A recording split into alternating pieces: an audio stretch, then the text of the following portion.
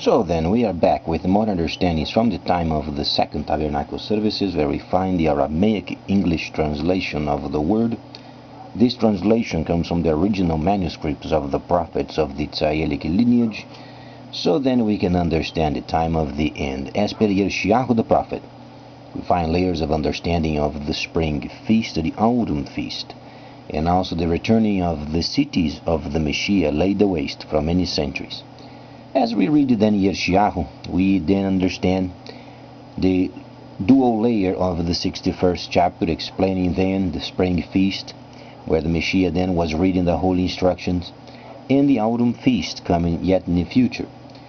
However, during these times, we should be aware of the holy cities. When the first set of Hebrews became aware of the completion of the spring feast, they gathered around, and then later on, with the advent of the first holy city on the land of Cush, then people realized there was a very special moment regarding the holy cities.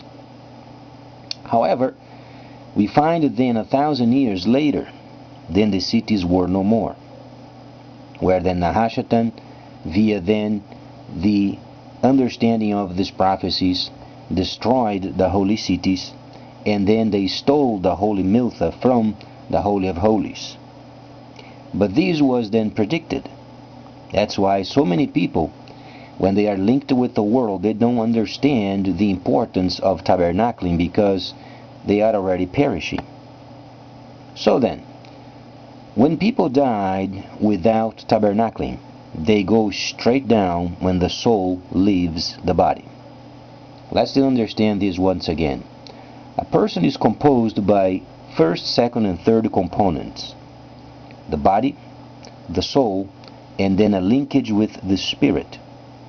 If a person is linked with this world system, a person obviously has an evil spirit of any kind, form, or shape. If it's linked with tabernacling, there are always understandings and teachings of tabernacling. That's then the war that goes on with heaven and the evil forces. If people have a choice and they want to stay with the world is going to be destroyed. As if you were then in the big ship in the ocean and the ship is sinking. So then, people make choices, and if they decide they want to have their souls down in the Sheol or the Inferno, and being there in a torment until this age then is destroyed, that's their choice. But the Messiah said that those people who were then involved with his works, then they would have many troubles. But the Messiah said, in any trouble or any kind of trouble you go through, make sure you understand he himself went through many troubles and gave his tabernacling then the victory.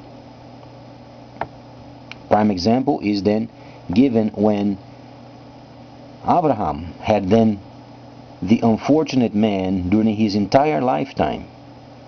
He only had hardships and troubles. At the end he was comforted. When he died, his soul was comforted, while the rich man went straight down and was in torment in Sheol. People can take it lightly or any form they want. However, when they breathe their last, they won't be able to return. Because of these, then, those people who are responsible regarding tabernacling, there are some very interesting news regarding then the visit of China and then the Soviet Union and Italy. And China has done it again. China is working through a linkage system with the friends of China in Asia and Europe. And the words used were very nice because it's related with many kinds of transactions.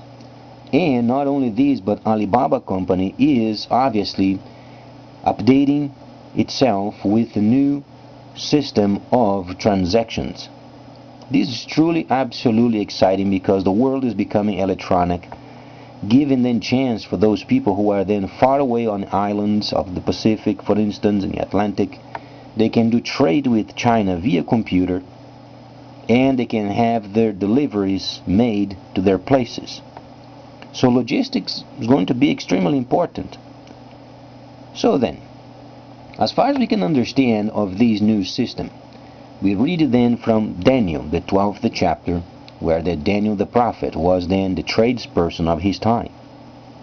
And he was then instructing his people, explaining many areas of the future where then this system of Daniel would be implemented in the future, but on a faster pace, via the increasing of knowledge.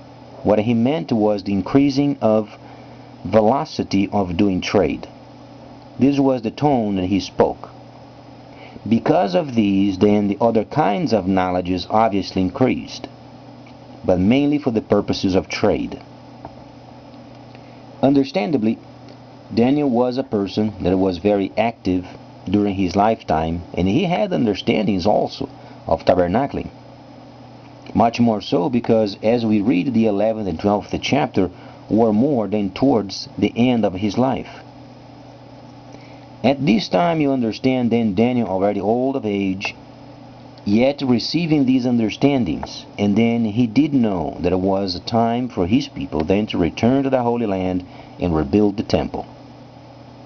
Reading this section, then there is a portion of it related with the establishment of the vision.